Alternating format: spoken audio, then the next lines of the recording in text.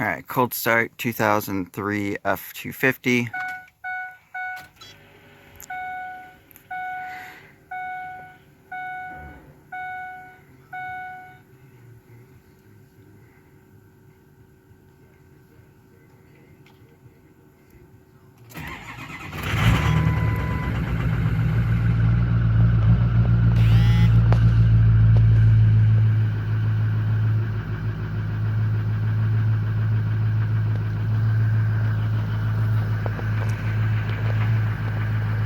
Coolant temp and oil temp are the same, so the sensors are working correctly.